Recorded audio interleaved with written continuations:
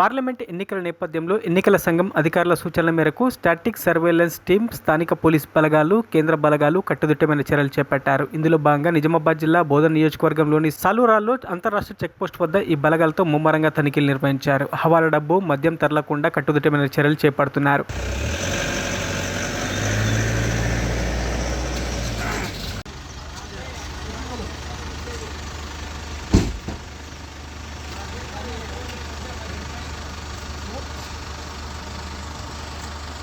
అవన్నీ 10 పడతాయి కదా, మనం చూసుకోగాని ముందు చెప్పు అమౌంట్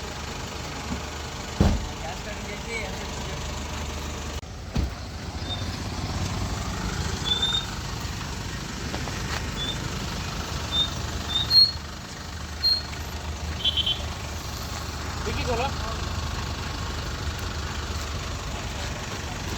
మరిన్ని అప్డేట్స్ కోసం మా ఛానల్ని సబ్స్క్రైబ్ చేయండి.